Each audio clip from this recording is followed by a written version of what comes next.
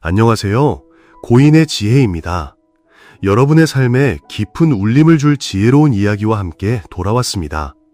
혹시 천리길이도 한 걸음부터라는 속담 다들 잘 아시죠? 우리에게 너무나 익숙한 이 말은 사실 중국 철학의 거장이라 불리는 노자의 가르침에서 비롯되었다는 사실 알고 계셨나요? 오늘 저희 고인의 지혜 채널에서는 노자가 남긴 66가지의 놀라운 명언들을 여러분과 함께 나누어 보려고 합니다. 이 명언들은 나라를 다스리는 법부터 사람을 쓰는 법, 그리고 일상 속에서 어떻게 처신하고 세상을 바라보아야 하는지에 대한 깊은 통찰을 담고 있습니다.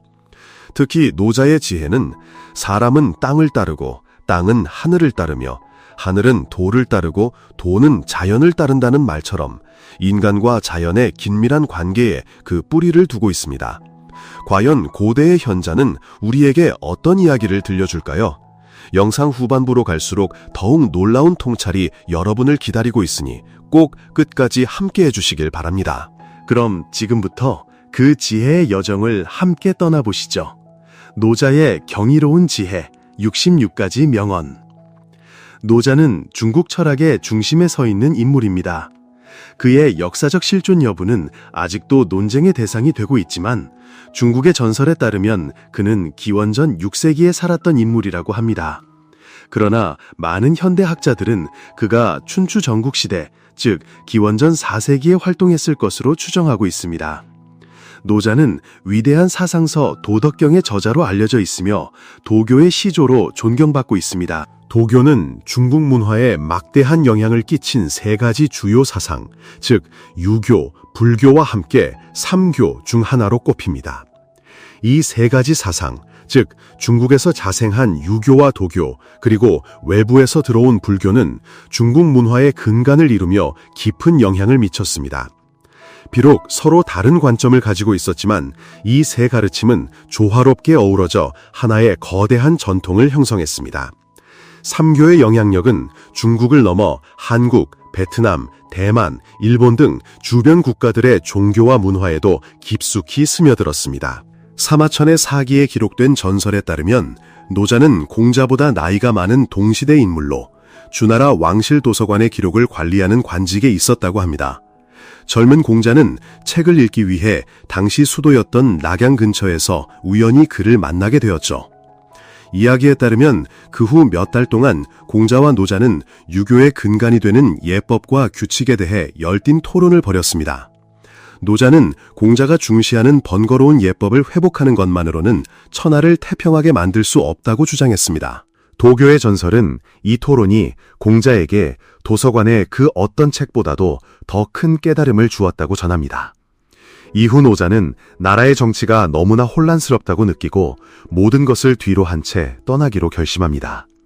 그는 소를 타고 서쪽의 진나라를 지나 광활한 사막 속으로 사라졌습니다.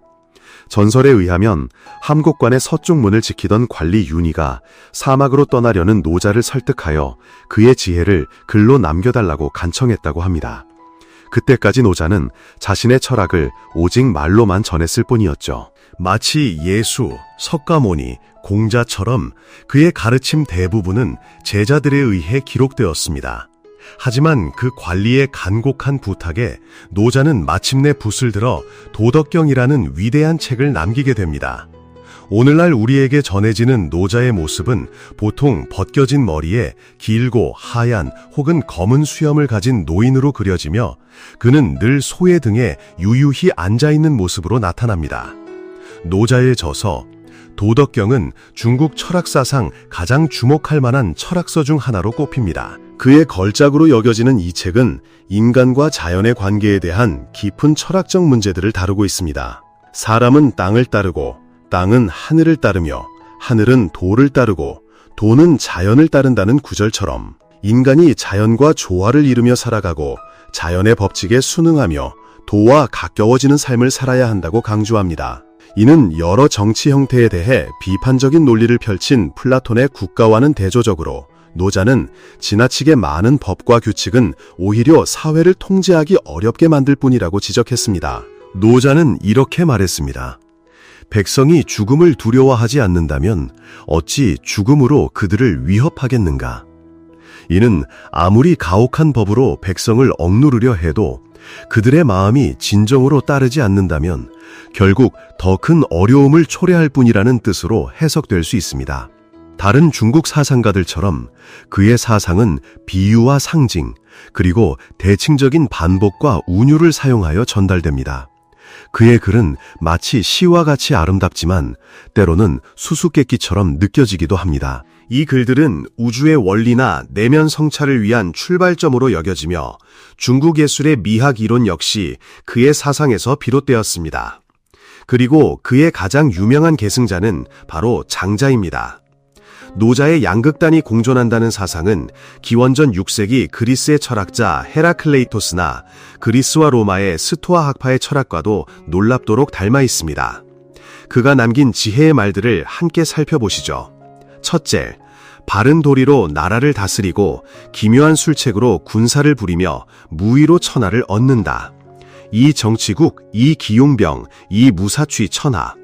이는 곧 정도로 나라를 이끌고 용병술은 변화무쌍하게 운영하며 백성을 괴롭히거나 번거롭게 하지 않음으로써 천하의 신망을 얻으라는 의미입니다. 나라의 법령이 많아질수록 백성은 더욱 가난해지고 세금이 과도해질수록 나라는 더욱 혼란에 빠집니다. 군주의 잔꾀와 기교가 늘어날수록 귀괴하고 사악한 일들이 더욱 쉽게 일어나기 마련이죠. 그래서 이런 말이 있습니다. 내가 무위하니 백성이 저절로 교화되고 내가 고요하니 백성이 저절로 안정되며 내가 일을 버리지 않으니 백성이 저절로 부유해지고 내가 욕심이 없으니 백성이 저절로 순박해진다. 둘째, 사람을 잘 쓰는 자는 자신을 그 사람의 아래에 둔다. 선용인자 위지하, 선용인자 위지자하. 훌륭한 장수는 위엄을 내세우지 않고 싸움을 잘하는 자는 쉽게 분노하지 않으며 적을 잘 이기는 자는 적과 직접 다투지 않습니다. 그리고 사람을 잘 쓰는 자는 겸허히 자신을 낮출 줄 알죠. 이를 일컬어 다투지 않는 덕이라 하고 사람의 힘을 빌릴 줄 아는 지혜라 하며 하늘의 도리와 짝이 되는 옛 성현들의 가장 높은 경지라 불렀습니다. 셋째, 사람을 다스리고 하늘을 섬기는 데는 아낌만한 것이 없다. 치인사천 막약색, 백성을 다스리고 하늘을 섬기는 일에 있어 아끼는 마음, 즉 절제와 신중함보다 더 중요한 것은 없다는 뜻입니다. 오직 이 아낌이 있어야만 사람들의 마음이 빠르게 따르게 되고 이를 덕을 쌓는 것이라 합니다. 덕을 두텁게 쌓으면 극복하지 못할 일이 없게 됩니다. 넷째, 멈출 줄 알면 위태롭지 않다. 지지 가입을 퇴, 지지 거의 부퇴. 멈춰야 할 때를 알면 위험한 상황에 빠지지 않을 수 있다는 깊은 가르침입니다. 스스로 만족하지 않기에 낡은 것을 버리고 끊임없이 새로워질 수 있는 것이죠. 세상 만물이 극에 달하면 쇠퇴하거나 종말을 향해 가는 법인데 과연 이 운명을 피할 수 있을까요? 바로 이 멈춤의 미학에 그 답이 있습니다. 다섯째, 사물의 이치가 극에 달하면 반드시 반전된다. 물극필반, 묵극필반. 노자의 철학은 이처럼 변증법적인 시각을 중시합니다. 복이 화가 될 수 있고 화가 복이 될 수도 있다는 것이죠. 물극필반이란 어떤 사물이나 일이 한계의 극단에 이르면 반드시 반대 방향으로 돌아선다는 의미입니다. 이 말의 교훈은 무슨 일이든 적당한 선을 지키고 너무 강요하지 말라는 것입니다. 그렇지 않으면 상황이 오히려 반대로 흘러갈 수 있기 때문이죠. 모든 일에 여지를 남겨두고 말을 끝까지 다하지 않으며 일을 막다른 길까지 몰아붙이지 말아야 합니다. 옛사람들이 한 걸음 물러서서 생각하면 더 큰 기쁨이 있다고 말한 것처럼 말입니다. 또한 이 말은 절망의 순간에 희망이 바로 눈앞에 있을 수 있다는 위로를 건네기도 합니다. 역경이야말로 자신을 단련할 수 있는 가장 좋은 기회인 셈이죠. 여섯째, 스스로를 아는 자가 총명하다. 자지명, 지지명. 노자는 스스로를 엄격하게 분석하는 사람이야말로 진정으로 자신을 아는 사람이라고 보았습니다. 하지만 타인을 분석하기는 쉬워도 자기 자신을 들여다보는 것은 실로 어려운 일이죠. 그래서 사람에게 가장 귀한 것은 스스로를 아는 것이다 라는 말이 생겨난 것입니다. 7째, 말이 많은 것은 중용을 지키는 것만 못하다. 다원삭궁 불여수중, 다연수균 불우소중. 자연스럽게 겸손한 태도를 기르고 행동은 민첩하되 말은 신중히 하라는 가르침입니다. 깊이 생각하지 않은 말, 독단적이거나 의미 없는 말을 삼가라는 것이죠. 8째, 사람은 살아있을 때 부드럽고 죽으면 굳어진다. 인지생야 유약, 기사야 견강. 사람은 살아있을 때 몸이 부드럽지만 죽으면 딱딱하게 굳어버립니다. 온갖 초목도 살아있을 땐 부드럽고 연하지만 죽으면 마르고 뻣뻣해지죠. 그러므로 굳세고 강한 것은 죽음의 편이고 부드럽고 약한 것이야말로 삶의 편입니다. 강한 군대는 결국 괴멸되고 단단한 나무는 부러지기 마련입니다. 강하고 큰 것은 아래에 놓이고 부드럽고 약한 것이 위에 서게 되는 법입니다. 9째, 함이 없으되 하지 못하는 바가 없다. 무위이 무불위. 노자는 말했습니다. 학문은 날마다 쌓는 것이고 도는 날마다 비우는 것이다. 비우고 또 비워 무위에 이르면 하지 못할 일이 없게 된다. 즉, 지식을 추구하는 학문은 우리의 생각과 지식을 계속 늘려가지만 도를 닦는 것은 온갖 욕망과 망념을 버리고 자연의 순리에 따르는 경지에 이르는 것입니다. 이러한 상태에서는 억지로 무언가를 하지 않아도 모든 일이 자연스럽게 이루어지게 됩니다. 훗날 사람들이 큰 뜻을 품고 어떤 성취를 이루고자 할 때 명예와 이익이 따르기 마련인데 이러한 명예와 이익에 대한 집착과 탐욕에서 벗어나는 길은 오직 수련을 통해 세상의 이치를 깨닫고 인생이라는 무대 위에서 자신의 역할을 더 명확히 보는 것뿐입니다. 명예와 이익에 휘둘리지 않고 자연스럽게 일을 이루는 경지에 도달하는 것이죠. 사람은 땅을 따르고 땅은 하늘을 따르며 하늘은 도를 따르고 도는 자연을 따른다고 했습니다. 우주의 거대한 순리처럼 우리 삶에도 보이지 않는 질서와 흐름이 존재합니다. 서둘러 앞으로 나아가려는 자는 결코 멀리 가지 못합니다. 조급한 마음은 시야를 좁게 만들고 발을 헛디디게 할 뿐이지요. 기억하십시오. 천리길도 한 걸음부터 시작되는 법입니다. 도는 하나를 낳고 하나는 둘을, 둘은 셋을, 셋은 만물을 낳습니다. 이처럼 세상 만물은 도라는 하나의 근원에서 비롯된 것이지요. 태극이 양이를 낳고 양이는 사상을, 사상은 팔괘를, 팔괘가 만물을 낳는다는 이치와 같습니다. 모든 것의 시작에는 혼돈 속에서 질서를 잡는 도가 있었던 것입니다. 옛 현인은 말했습니다. 만족할 줄 아는 사람은 결코 욕됨이 없다고. 자신에게 아무것도 부족하지 않다는 것을 깨닫는 순간 온 세상이 그의 것이 됩니다. 무언가를 움츠리게 하려면 먼저 그것을 활짝 펴게 해야 하고 무언가를 버리게 하려면 먼저 그것이 번성하도록 해야 합니다. 또 무언가를 얻고자 한다면 먼저 그것을 내어주어야 합니다. 이것이 세상의 이치입니다. 진정한 지혜는 자신이 무엇을 모르는지 아는 것에서 시작됩니다. 남을 아는 것은 지혜롭다 할 수 있지만 자기 자신을 아는 것이야말로 진정한 깨달음입니다. 남을 이기는 자는 힘이 있는 자이지만 자기 자신을 이기는 자야말로 진정으로 강한 사람이지요. 모든 것을 얻고 싶다면 역설적이게도 모든 것을 버려야 합니다. 세상의 모든 것은 변한다는 사실을 안다면 굳이 무언가를 붙잡으려 애쓰지 않게 될 것입니다. 남을 이기려는 마음은 혼란을 낳지만 나 자신을 이기려는 마음은 평화를 가져옵니다. 대립과 경쟁이 사라질 때 모든 갈등은 저절로 해소됩니다. 자신을 증명하려 애쓰는 사람은 자신이 누구인지 영영 알 수 없게 됩니다. 위대한 시작은 종종 비극적인 결말의 모습으로 위장하고 나타납니다. 그러니 모든 것을 그저 자연의 흐름에 맡겨두십시오. 부드러움이 강함을 이기고 고요함이 움직임을 이기는 법입니다. 다른 사람의 인정에 얽매이는 순간 당신은 그들의 포로가 됩니다. 형체도 없고 모습도 없는 무형무상의 상태야말로 가장 큰 평안을 줍니다. 섣불리 약속하는 사람은 그 약속을 지키기 어려운 법이며 밝은 거울에 먼지가 앉아도 그 본질을 더럽힐 수 없듯 텅 빈 마음에는 욕심이 들어와 머물 자리가 없습니다. 다른 누구와 비교하거나 경쟁하지 않고 그저 자기 자신으로 만족할 때 모든 사람이 당신을 존경하게 될 것입니다. 욕망에 사로잡힌 사람은 사물의 겉모습, 그 좁은 단면만을 볼 뿐 그 안에 깃든 깊고 오묘한 이치는 깨닫지 못합니다.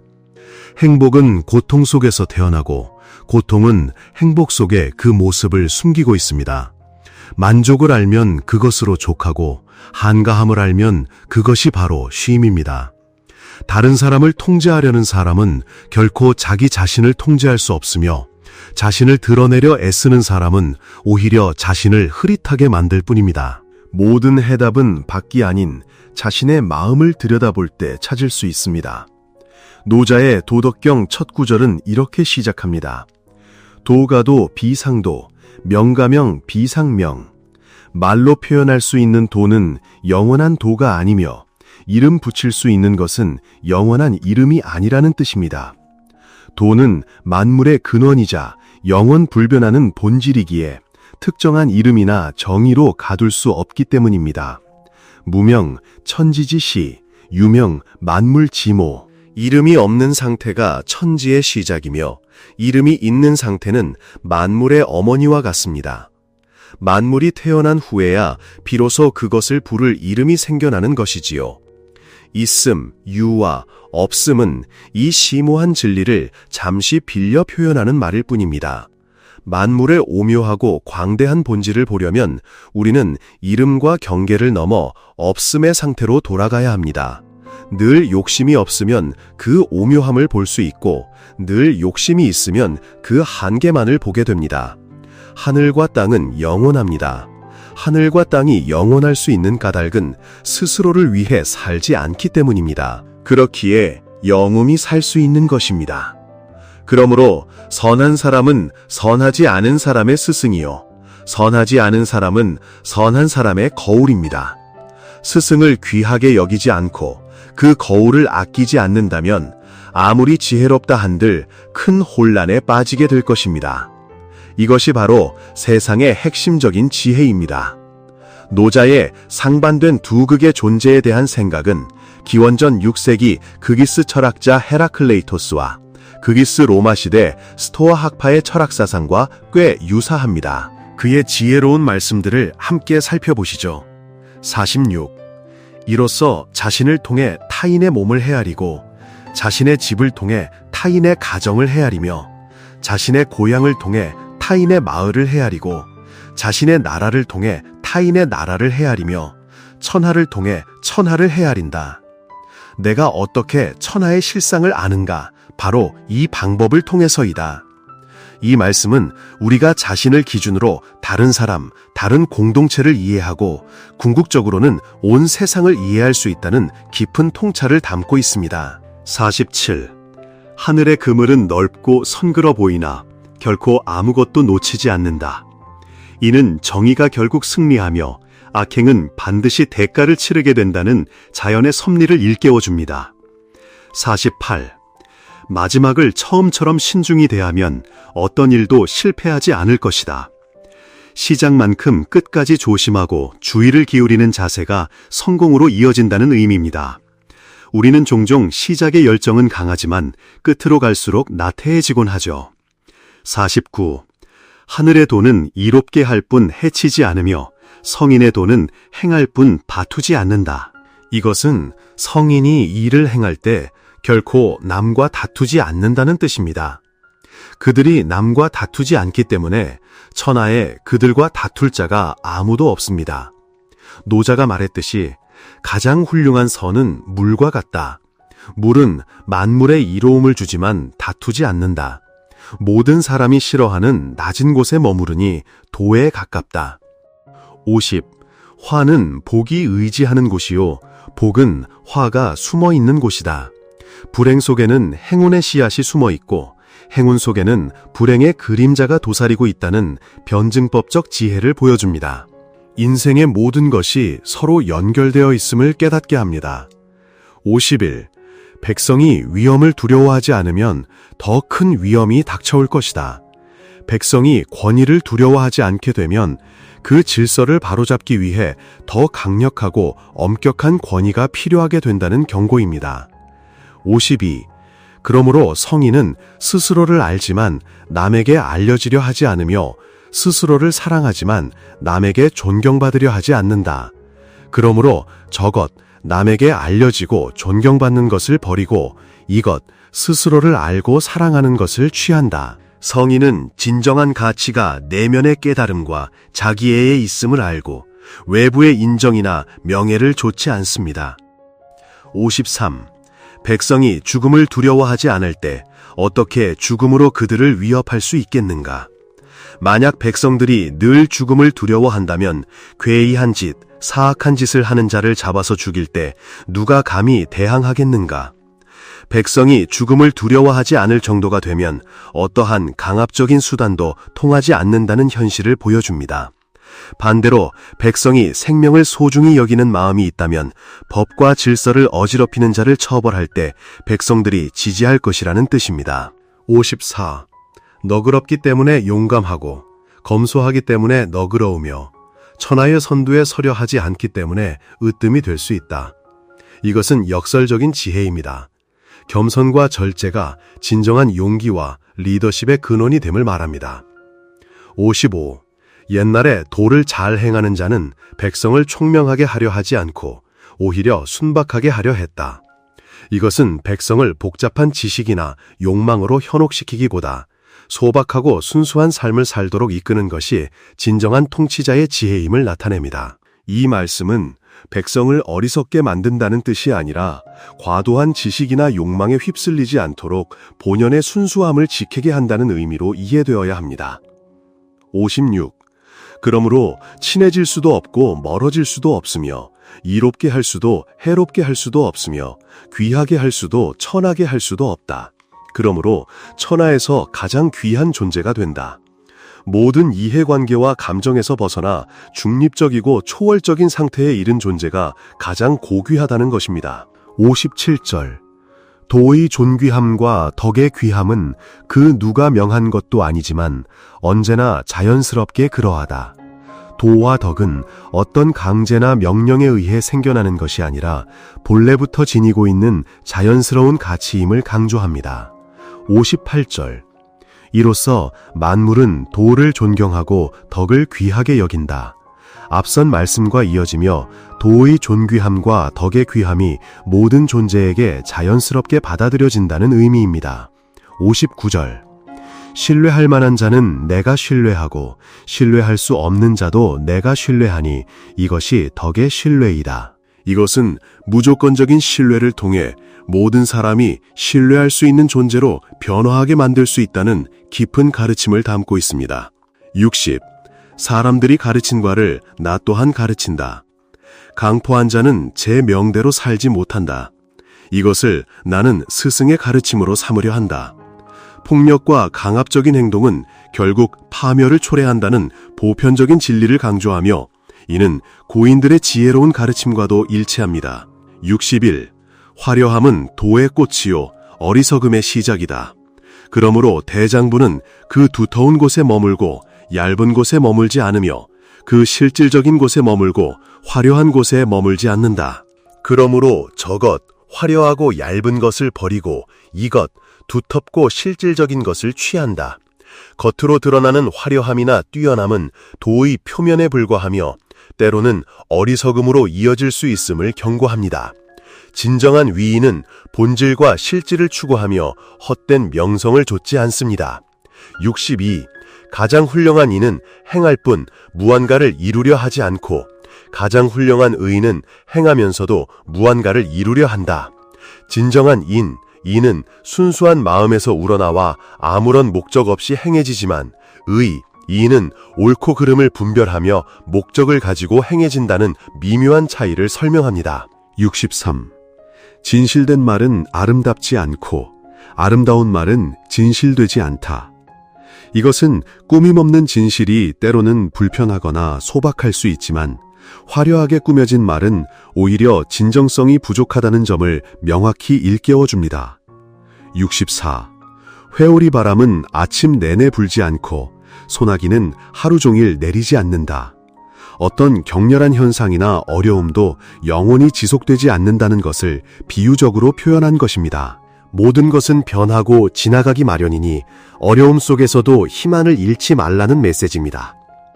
65. 내가 큰 근심을 안고 있는 것은 나에게 자신이 있기 때문이다. 내가 몸이 없다면 무슨 근심이 있겠는가? 그러므로 자신의 몸을 천하보다 귀하게 여기는 자에게는 천하를 맡길 수 있으며 자신의 몸을 천하보다 사랑하는 자에게는 천하를 의탁할 수 있다. 이것은 자신을 소중히 여기는 마음이 결국 큰 책임을 질 수 있는 자질로 이어진다는 역설적인 지혜입니다. 자기 자신을 잘 다스리고 보호하는 사람이 비로소 천하를 보살필 능력이 있다는 뜻입니다. 자기 생명을 소중히 여기는 자는 함부로 권력을 남용하거나 위험에 빠뜨리지 않을 것이므로 오히려 천하를 다스리기에 적합하다는 통찰을 담고 있습니다. 진정으로 잘 가는 사람은 발자취를 남기지 않으며 진정으로 말을 잘하는 사람은 흠잡힐 데가 없습니다. 진정으로 계산을 잘하는 사람은 계산 도구가 필요 없으며 진정으로 잘 닫는 사람은 빗장이 없어도 열 수 없게 만듭니다. 그리고 진정으로 잘 묶는 사람은 밧줄 없이도 풀 수 없게 만들지요. 바로 이러한 이치로 성인은 언제나 능숙하게 사람을 구하기에 단 한 사람도 버려지는 이가 없습니다. 또한 모든 만물을 귀히 여기기에 그 어떤 것도 헛되이 버려지는 법이 없습니다. 이를 일러 깊은 깨달음의 경지라 하는 것입니다. 그렇기에 선한 사람은 선하지 않은 사람의 스승이 됩니다. 그리고 선하지 않은 사람은 선한 사람에게 귀한 거울이자 자산이 되는 법이지요. 자신의 스승을 귀하게 여기지 않고 자신을 비추는 거울을 아끼지 않는다면 아무리 지혜롭다 한들 큰 혼란에 빠지게 될 것입니다. 이것이야말로 도의 심오하고도 오묘한 핵심이라 할 수 있겠습니다. 오늘 고인의 지혜 채널과 함께한 시간이 여러분께 깊은 울림을 주었기를 바랍니다. 영상이 유익하셨다면 좋아요와 구독 버튼을 눌러주시고 소중한 사람들에게도 이 지혜를 공유해주세요. 오늘 이야기에 대한 여러분의 생각은 어떠신가요? 아래 댓글에 여러분의 귀한 의견을 남겨주시어 지혜를 함께 나누는 공간을 만들어갔으면 합니다. 시청해주셔서 진심으로 감사합니다.